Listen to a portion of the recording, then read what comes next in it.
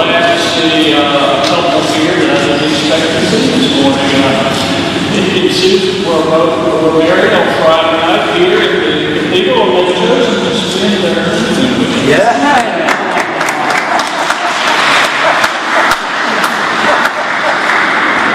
We're glad to see you. Today is the first Sunday of Advent. It's my very favorite season. Every year I watch Christmas movies, drive slowly through my neighborhood, enjoying the bright lights of the night. Try this. How's that? There we go. Thank you.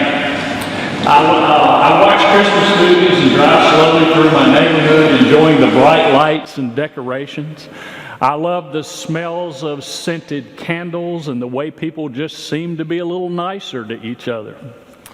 And this year, I will revel in being with my 6-year-old granddaughter as she not so patiently awaits the arrival of old St. Nick. And I will, via Zoom, stand in awe with my 1-year-old granddaughter in Nashville as she is transfixed by the bright lights on the Christmas tree that last year she was too young to notice. It's a time for Advent wreaths and creches and, yes, Santa Claus and Rudolph the red-nosed reindeer and the little drummer boy, too. And if we're lucky, we might even get a little dusting of snow before it's all said and done. But most importantly, today we begin the season of patient waiting and great expectation for the arrival of the Christ child. Given our religious and cultural focus on the Nativity during this time of year, how interesting it is that the gospel lesson chosen for the first Sunday in Advent is not about the birth of Jesus, but about his second coming. Placing the return of Christ before his birth seems to be the way those who organized the lectionary sought to place the Nativity within the proper context of Jesus' reason for coming in the first place, our salvation and the salvation of the whole world. Today's gospel begins in the 24th verse of the 13th chapter of Mark, which is unfortunate because without the verses that precede it, honestly, it's almost impossible to correctly understand. Worse yet, without the proper context, this passage has been preached far too often as an anxiety-inducing warning to those who would fall asleep and end up in eternal damnation. So what are Jesus and the writer of Mark's gospel trying to teach us today? In the text leading up to today's gospel lesson, Jesus returns repeatedly to the temple and gets involved in a series of conflicts with religious authorities. As he leaves the temple the last time before his passion, one of his followers comments on the beauty and grandeur of the building itself. Perceiving that this disciple has pretty much missed everything he had been teaching about the true nature of the kingdom, not one of bricks and mortar or earthly power or prestige or privilege, Jesus shocks his listeners by predicting that the temple will be destroyed. Not one stone here will be left on another, he says. Jesus' words were culturally, politically, and theologically shocking. Later that evening, as Jesus sits on the Mount of Olives looking down at the Temple Mount, Peter, James, John, and Andrew approach him and ask when the temple will be destroyed and what signs there will be of its impending fall. In response, Jesus shares an apocalyptic vision of what is to come, detailing a list of signs that they should look out for. A word about apocalyptic literature might be helpful here. Apocalyptic literature is a literary genre that foretells often frightening, supernaturally inspired, cataclysmic events that will happen at the end of the world. While we tend to focus on the events themselves, the word apocalypse is actually a Greek word that means revelation. And apocalyptic stories are actually about revealing something hidden. Such stories are not to be read literally, rather symbolically or allegorically. So in response to the disciples' questions, Jesus shares a vivid prophecy filled with signs. False messiahs, earthquakes, wars and threats of wars, a lightless sun and darkened moon, famine and stars falling from the heaven. It's a prophecy that must have been terrifying for his disciples. But then Jesus does a curious thing. After he has prophesied all of these frightening events, he instructs the disciples not to be concerned about any of them, for they are only signs. Did you catch that? They're only signs. He compares them to birth pangs, real for sure, but only signs pointing to that which will be revealed upon the birth of the child.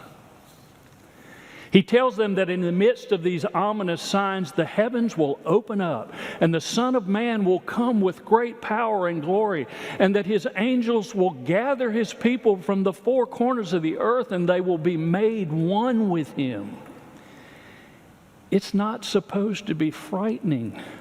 This message is one of promise, the promise of hope and comfort and reassurance.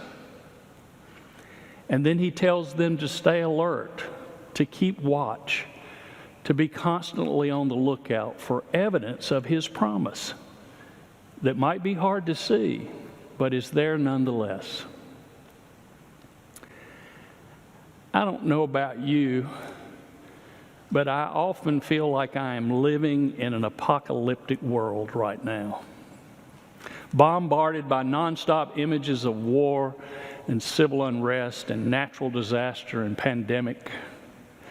A world too often defined by false prophets on social media and extreme cable news, whose messages are intentionally crafted to alter our perceptions, shape our behavior, and addict us to their echo chambers. The world they paint is not one of love, but of doubt, suspicion, and conflict. And it's not just the media, but all who benefit either in profit or power by dividing us, by appealing to the politics of grievance, by making us doubt the existence of objective truth. I don't like the way I feel about our world a lot these days. I crave a better way, and I think all of us crave a better way. And Jesus offers it to us. He tells us not to get distracted by the signs. The hidden truth that Jesus reveals to us is that in the midst of our seemingly chaotic world, evidence of the kingdom he ushered in with his birth is all around us, if we just open our eyes to see them. Stories of heroism, of courage, of creativity, of self-sacrifice are legion. The truth Jesus is revealing to us in the here and now is that if we will open our eyes, if we will stay alert, if we will keep watch, we will see that the kingdom is here. It's within us and it's among us. And if we can find a way to break our addiction to the apocalyptic signs that are all around us and focus on the promise itself, we will experience the new kingdom Jesus foretold. Now, Jesus was certainly no Pollyanna. The challenges he and his disciples faced were real, and those we face today are real too. But Jesus promises us another, better way. So, how do we keep from missing out on the promise? I've been thinking a lot about this lately. What if each of us, starting today on the first Sunday of Advent, adopted as an Advent discipline a commitment to seeking common ground? What if during Advent we divorced ourselves from social media and cable news and instead replaced the time we're spending online or transfixed by the talking heads, reaching out to our dear friends or spending quality time with our families, even if we have to do it by Zoom? or listening to great music, or going for long walks, taking in the beauty of God's creation? What if we committed to beginning every potentially challenging conversation with, "Please help me understand why you feel that way," rather than arming ourselves with clever rhetorical weapons to defend our positions? What if we obeyed St. Francis's admonition to seek to understand rather than to be understood? What if when someone forcefully asks us why we wear a mask, rather than getting angry or defensive or worse yet, morally superior, we simply say, "Because as a Christian, I'm called to love you, and I can't bear the thought that I might pass on the virus to you, and then you accidentally pass it on to your children or your elderly parents." By the way, I did that very thing recently, and the next day the guy sought me out and said sheepishly, "I can't stop thinking about what you said to me yesterday. Do you know where I can get a mask?" And I gladly gave him one of mine.